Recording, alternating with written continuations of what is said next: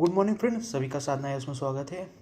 तो in this video में हम लोग ये देखेंगे, ओशनोग्राफी देखेंगे। कंप्लीट ओशनोग्राफी हम लोग इस वाले वीडियोस में पढ़ेंगे। ये पार्ट वन है, लेक्चर वन है। इसमें हम लोग इंट्रोडक्शन ऑफ ओशनोग्राफी देखेंगे। तो फर्स्ट क्या, इंट्रोडक्शन ऑफ ओशनोग्राफी। ओशन क्या है? ओशन एक पार्ट ऑफ अर्थ सिस्टम है। ये मेडिटेट करता है प्रोसेस एटमॉस्फेयर पर transfer of mass, momentum and energy through sea surface. ये ट्रांसफर करता है mass, momentum, energy through the sea surface. Sea surface के थ्रू एनर्जी सब ट्रांसफर करता है। ठीक है। ये receive water and dissolved substance from the land. ये वाटर और डिजोलेशन दोनों लैंड से प्राप्त करता है। जो आप बारिश होती है उसका वाटर प्रेसिपिटेट होकर कहाँ पे जाता है? उसका वाटर जाता है ओशन में ना। ठीक है। Here understanding the ocean is important for understanding the earth is a system, especially for understanding important problems such as global change और global warming। ओशन इंपॉर्टेंट है ग्लोबल वार्मिंग को हम लोग को कैटर करने के लिए। ठीक है। At a lower level physically oceanography and meteorological are merging. The oceanography provide the feedback leading to slow changes in atmosphere. जो ओशन फिजिकल ओशनोग्राफी और मेट्रोलॉजी ये दोनों हमको डिसाइड बताएगा कि ओशन क्यों गर्म होता है, ओशन में क्या क्या प्रॉब्लम होते हैं, क्या क्या आएगा, वो सब हम लोग ओशनोग्राफी में देखेंगे। हम लोग क्यों पढ़ते हैं ओशनोग्राफी?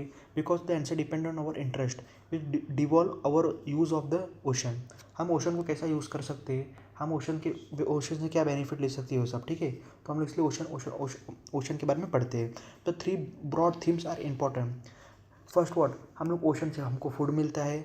वी यूज़ ओशन क्यों लेता है? हम लोग स्विमिंग करते हैं, बोटिंग करते हैं, फिशिंग करते हैं, सर्फिंग करते हैं, डाइविंग करते हैं। Third is word, ocean influence the atmospheric weather and climate. Ocean ocean climate को बहुत इफेक्ट करता है। ठीक है। ये रेनफॉल का कारण है, ये ड्रॉट्स लाता है, फ्लड्स लाता है, regional climate and development of storm, hurricanes, typhoon. ये सब कहाँ पे होता है? ओशन। अगर हमको ओशन के बारे में मालूम होगा सब कुछ, तो हम लोग डेफिनेटली उसके ऊपर अच्छे एक्शन ले सकते हैं। ठीक है। तो इससे हम लोग लैक्स ऑफ चांस को बचा सकते हैं। अगर हमको ओशन के बारे में सब कुछ मालूम होगा, तो हम लोग थोड़ा सा हिस्ट्री के बारे में देखते हैं। ओशन की हिस्ट्री क्या है? Our knowledge of ocean currents, winds, waves, and tides go back thousands of the year. Mesopotamia, Phoenix navigated, traded और long distance in Pacific as early as 4000 BC। Means क्या है? ये बोल रहा है कि जो मेसोपोटामिया लोग हैं वो ओशंस के रास्ते इधर से उधर जाते थे, ट्रेड्स करते थे। ठीक है। Greek Roman era, Pytheas explore the Atlantic from Italy to Norway. Means जो पाइथन्स था, इसने जो इटली यहाँ पर है ना, यहाँ से वो नॉर्वे तक गया था। कौन गया था? पाइथन गया था। ठीक है। अरब ट्रेडर मीन्स वॉट? तो हम लोग कहाँ पे थे? हम लोग ग्रीक रोमन। ठीक है। पाइथस इसने एक्सप्लोर किया था इटली को नॉर्वे से। ठीक है। This man explore. Arab traders भी इंपॉर्टेंट है बिकॉज इन लोग ने रिवर्सिंग ऑफ विंड्स के बारे में हमको बताया था। जो Indian ocean established route to China in Middle Ages and later Zanzibar to west coast. Zanzibar वही टंजानिया वाला एरिया। ठीक है। मीन्स देखो, ये है अपना अफ्रीका, तो ये है अरब। तो यहाँ से जब वो भारत से ट्रेड करते थे यहाँ से, तो जो साउथ ईस्ट विंड ये इनको फटाक से यहाँ पे भारत में पहुँचा देता था। और फिर जब ये पूरा बरसात यहाँ पे रहते थे, और जब विंड यहाँ से रिटर्न आता था ना, इंडियन पेनिनसुला से रिटर्निंग मानसून, तो ये पकड़ के ये अरब चल जाते थे। ठीक है। तो इस वजह से इनका जो मानसून शब्द है, इसलिए वजह से तो मौसम से निकला है। मौसम ये अरबिक वर्ड है। ठीक है। and the connection between tides and sun and moon described in the Samveda of the early Indian Vedic period extending 2000 to 1400 BC। और जो सन और टाइड के बारे में सामवेदा में बताया गया है। ठीक है। हमको ये बता रहे हैं।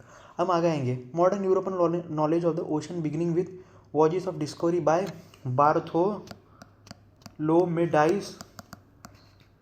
1487 से लेके, ठीक है, शुरुआत इसने कर दी। इसके बाद क्रिस्टोफर कोलंबस आए, फिर वास्को ड गामा आया, फिर फेंडिने मैगेलेंस आया और मैनी अदर्स। ठीक है। उन लोग ने ग्लोबल ट्रेड रूट का इन लोग ने नींव रखा। ठीक है।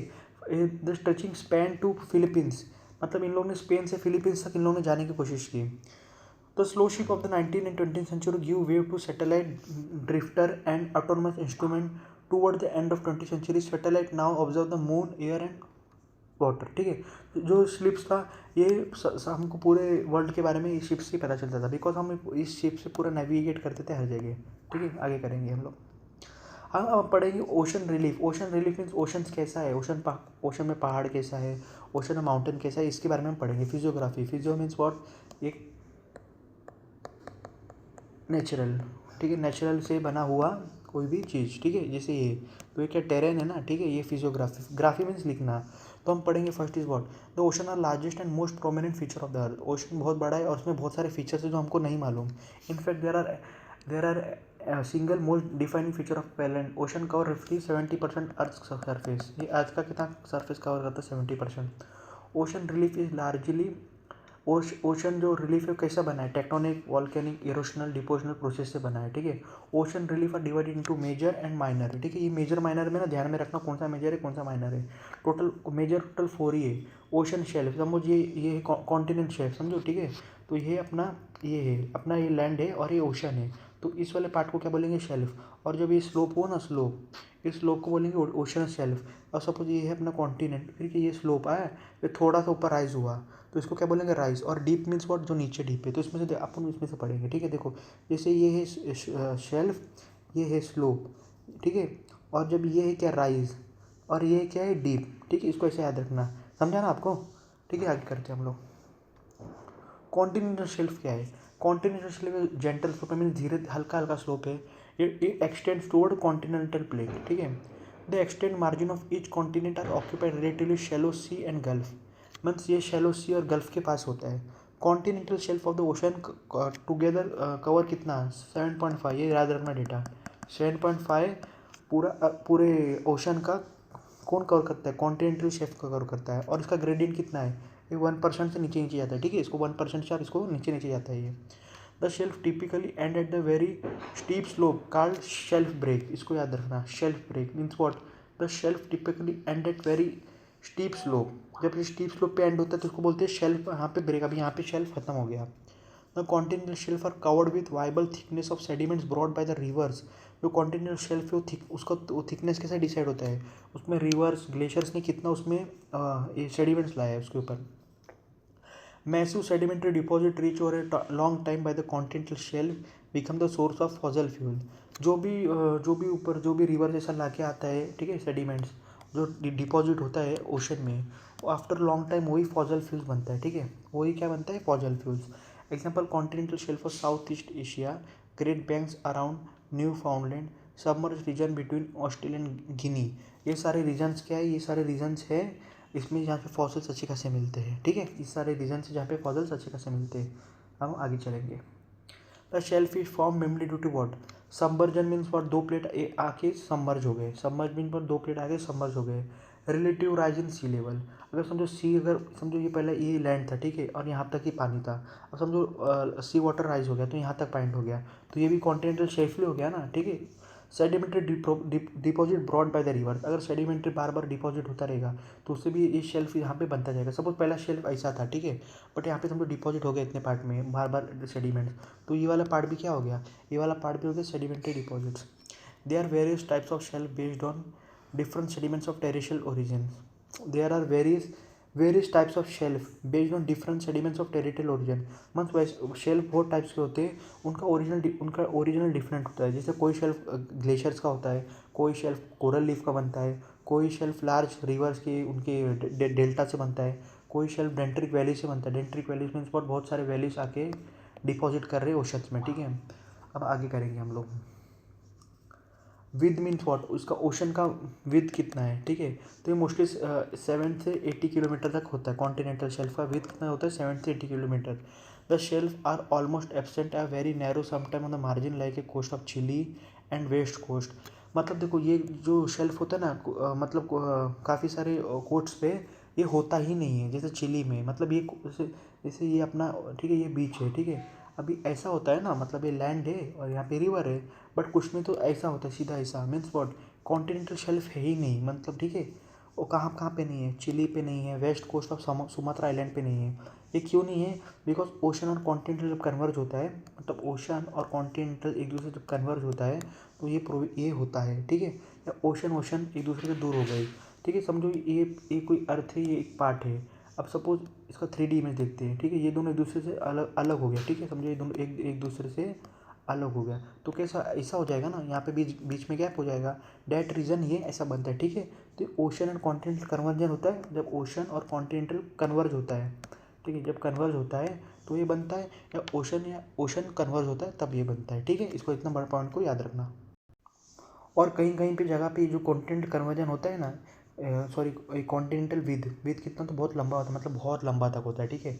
तो सबसे बड़ा कहाँ पे है, साइबेरियन शेल्फ में। ये साइबेरियन शेल्फ कहाँ पर है, ये है ईस्टर्न कोस्ट ऑफ यूएसए। समझो ये अपना यूएसए है, ये अपना यूएसए है। तो यहाँ पे ईस्टर्न कोस्ट पे, ठीक है, ये साइबेरियन शेल्फ पे, ठीक है, समझा ना। अब आएंगे डेप्थ के ऊपर। The depth of shelf are also vary, means इसका डेप्थ, इसका जो गहराई होती है वो अलग अलग होती है।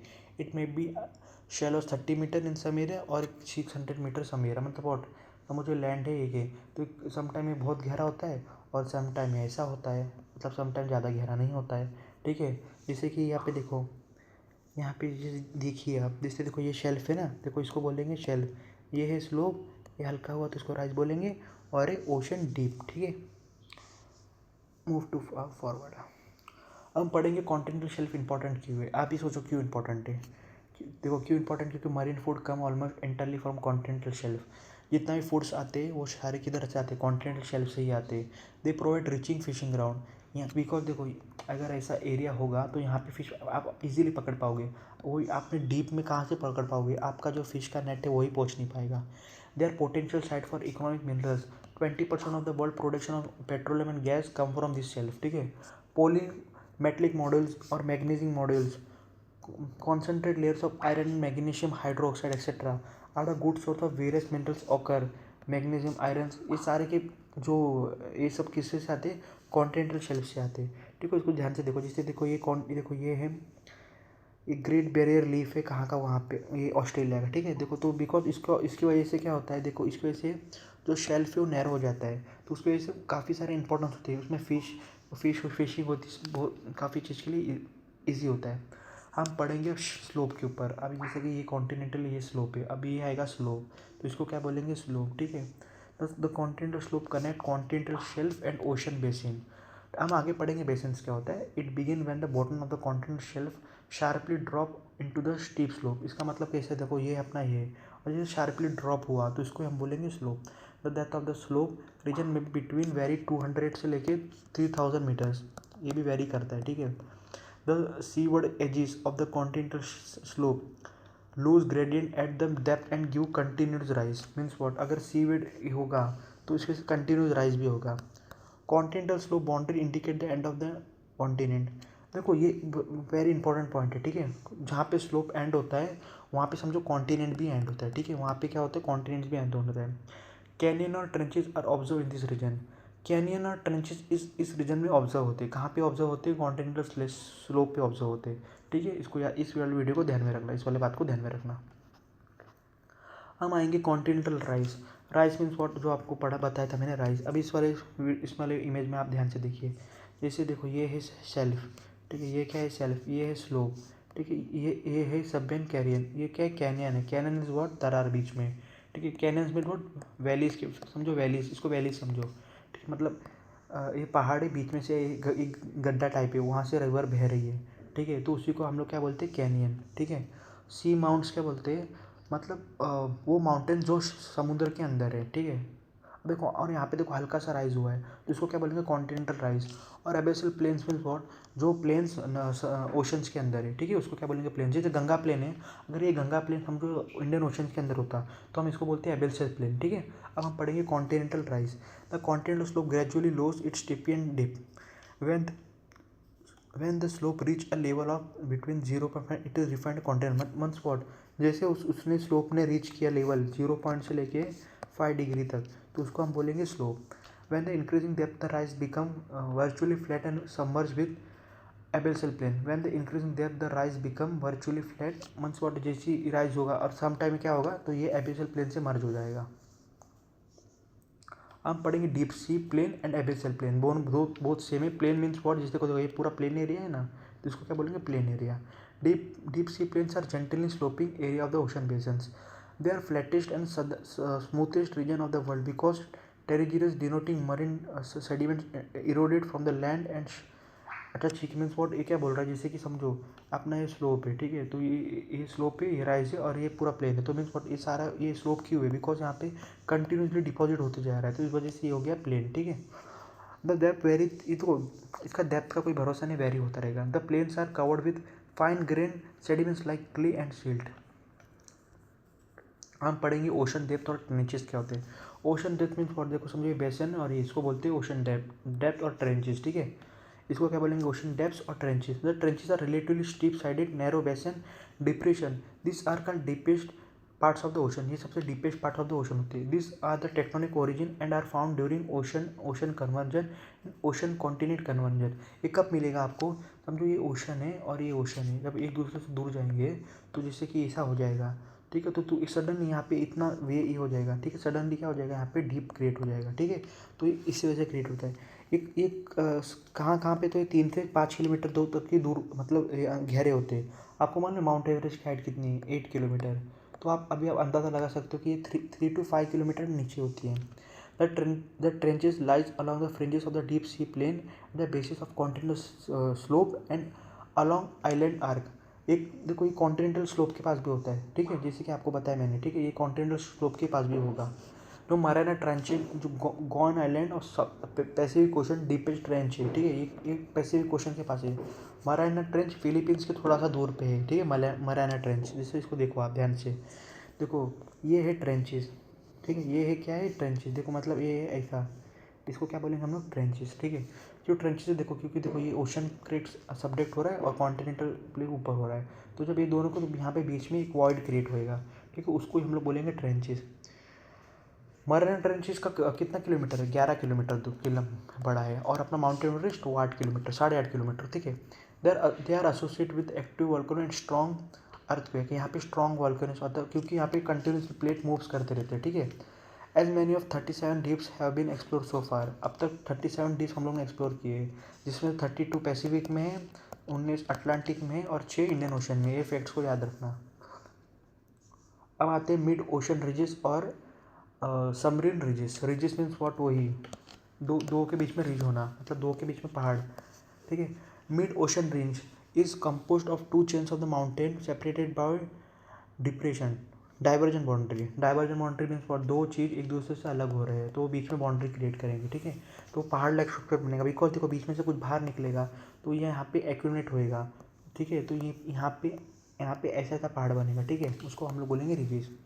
Running of the length of 75,000 kilometre, this ridges are largest mountain ridges on earth. ये ridges कहाँ पे, ये ridges है अटलांटिक ओशन में। This ridge are neither broad like a plateau gently sloping or in form of the steeps. ये plateau की तरह नहीं है, एकदम शार्प है, मीन्स वॉट ऐसा है, ठीक है। This ocean ridges system are tectonic origin and provide evidence in support of the theory of plate tectonic. ये ridges के हमको प्लेट टेक्टोनिक जो थ्योरी है उसके हम लोग इससे ओरिजिन हम निकाल सकते हैं कि हाँ भाई जो प्लेट टेक्टोनिक बोल रहा है वो बात सही है। Iceland is a mid oceanic ridge, ठीक है, जो आइसलैंड कंट्री है वो ऐसे ही ओशन रिज पे ही बना हुआ है, बिकॉज यहाँ पे कंटिन्यूसली दो प्लेट एक दूसरे से दूर जा रहे हैं, जब तो दो प्लेट एक दूसरे से दूर जा रहे हैं तो बीच में एक कन्वर्जन पॉइंट क्रिएट होएगा। हम आते एबेल्सल हिल्स। एबेल्सल हिल मीन्स वो हिल्स जो समुद्र के अंदर है। सी अमाउंट आपको बता दिया, जो जो जो देखो जैसे देखो ये है, देखो ये है जैसे अपना ओशन, तो ये है पहाड़, वो पहाड़ जो अर्थ के ऊपर नहीं निकल पाया, अगर ये है तो इसको सी अमाउंट नहीं बोलेंगे, इसको बोलेंगे सी अमाउंट, ठीक है। इसको हम लोग बोलेंगे वोल्केनो आइलैंड, ठीक है। समझ, वो देखो ये अपना ये है और ये का पार्ट निकल गया है, तो इसको हम क्या बोलेंगे, एक तरह का आइलैंड है, ठीक है। और जब ये इरोजन हो जाता है तो इसको हम लोग बोलेंगे इरोजन। और GUOIT इसका मतलब क्या है, इसको समझो आप प्लेट्यू, ठीक है, इसको क्या बोलोगे, प्लेट्यू। अभी आप सी अमाउंट में और ग्योट में क्या फर्क है, तो सी अमाउंट है उसका जो टिप है वो शार्प होगा और ग्योट का ऐसा होगा, ठीक है। समझे, इतना बात को आगे बढ़ते आप पढ़ लेना, इट इज़ इंपॉर्टेंट नहीं है, ठीक है, मैंने आपको एक्सप्लेन कर दिया। Cannon's means what, cannon's means जैसे कि देखो, जैसे ये दो माउंटेन है, ठीक है, यहाँ पे से नदी बह रही है, तो यहाँ पे क्या क्रिएट होगा, रिजेस क्रिएट होएगा। तो जब वो कंटिन्यू होता है ओशंस के अंदर तो उसी को बोलेंगे submarine canyon. Submarine canyon means what, submarine means what, जो ओशन के अंदर है। दिस आर डीप वैली, बोला ना आपको deep valley, some comparable to Grand Canyon of Colorado river, जो कोलोराडो रिवर में ग्रैंड कैनन है उसकी तरह ही है। This sometime found cutting the cross the continental shelf. किसको क्रॉस कट करता है, कॉन्टिनेंटल शेल्फ, बिकॉज पहला इसका काउंटर किससे होगा, कॉन्टिनेंटल शेल्फ से ही होगा।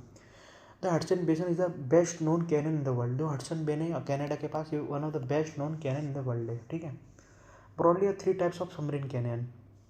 The small gorges begin at the edges of the continental shelf and extend beyond the slope to very great depth. Example, oceanography canyon near New Zealand. those which begin at the mouth of the river and extend over the shelf, such as Zaire, Mississippi, and Indus Canyon. These are those who have dendritic appearance are deeply cut into the edges of the shelf and slope like canyon of the coast of southern California. The Hudson Canyon is the best known canyon in the world. तो Hatsun canyon है वो best canyon in the world है because यहाँ पे बहुत सारे valleys आके continue होते हैं और यहाँ पे डीप काफ़ी सारे उसमें सेडिमेंट जमा हो जाते हैं तो डेफिनेट वो सीधा कट कर देता है इस ओशंस के अंदर जाके. The largest canyon in the world occur near the Bering Sea of Alaska. Bering Sea कहाँ पे है? कनाडा के पास में ही है. ठीक है. अब एटॉल पढ़ेंगे. एटॉल क्या है? लो लैंड आइलैंड है found in the tropical oceans consisting coral reef surrounding deep central depression. मतलब जैसे कि देखो ये कोरल रीफ है इसने इन लोगों ने सराउंड करके बनाया. आफ्टर सम टाइम जो बीच का पॉइंट है ये इरोड हो गया तो ये ऐसा बन जाएगा. ठीक है. बीच में कुछ नहीं और पूरा सराउंडिंग चीज़ है तो उसको बोलेंगे atolls. It may be part of the sea lagoon sometimes for enclosing means देखो यहाँ पे सराउंडिंग पूरा है ना और यहाँ पे एक पार्ट है तो इसमें दोनों एक दूसरे से काउंटर हो रहे हैं. ठीक है. इसको बोलेंगे हम लोग एटॉल. अब हम सबसे इंपॉर्टेंट पढ़ेंगे बैंक, शोल और रीफ क्या होते हैं. ध्यान से पढ़ना. ठीक है. The marine features are formed as a result of erosional, depositional, biological process. These movements produce of the feature like diastrophic earth movement origin. They are located on upper part of the elevation. Bank means what? Banks means what? These marine features are formed result of erosional and depositional activity. वो जहाँ पे जैसे erosion डिपोजन की चीज़ पे banks बनते हैं. Bank is flat. Top evolution located in the continent margin. The depth of the water here is shallow but enough for navigation purpose. यहाँ पे वाटर का डेप्थ बहुत कम होगा और लेकिन ये इनफ क्या है नेविगेशन पर्पज़ के लिए. तो डॉगर बैंक है नॉर्थ सी में और ग्रैंड बैंक है नॉर्थ वेस्टर्न अटलांटिक में. ठीक है. ग्रैंड बैंक ये फेमस है. ठीक है. ये फेमस है. ठीक है. The banks are side of some of the most productive fishery of the world. Banks क्या है यहाँ पे डेफिनेटली यहाँ पे है तो यहाँ पे फिशेज अच्छा खासा मिलेंगे. ये वाटर और यहाँ पे बैंक दोनों के बीच में कम गैप है तो डेफिनेटली यहाँ पे आपको फिशेज अच्छा मिलेंगे. हम आएंगे शोल. शोल क्या है? Shoal is a detach evolution with a shallow depth. They are project out of the water and moderate height. They are dangerous for navigation. ये डिटैच इवोल्यूशन है मीन्स वॉट ये ऐसा है शॉल. ठीक है. डिटैच इवोल्यूशन है with shallow depth. They are project out of the moderate heights. इसका height moderate से और नेविगेशन के लिए डेंजर है. ठीक है. हम आएंगे reef. Reef is a predominantly organic deposit living a dead organism that formed a mount rocky evolution like reef. Means reef वो है ये लिविंग ऑर्गेनिज्म से बना हुआ है और इसकी वजह से यहाँ पे एक पहाड़ लाइक स्ट्रक्चर बन गया है. ठीक है. इस सराउंडिंग से रीफ बन गया है. Coral reef are characteristic features of Pacific Ocean where they are associated seamounts and guyots. ठीक है. तो इस वाले वीडियो में हम लोग इतना देखते हैं. आई होप आपको वीडियो अच्छा लगा होगा. अगर आपको कुछ भी डाउट है या कुछ है तो आप प्लीज़ कमेंट करिए. तब तक के लिए थैंक यू. जय हिंद. Stay tuned.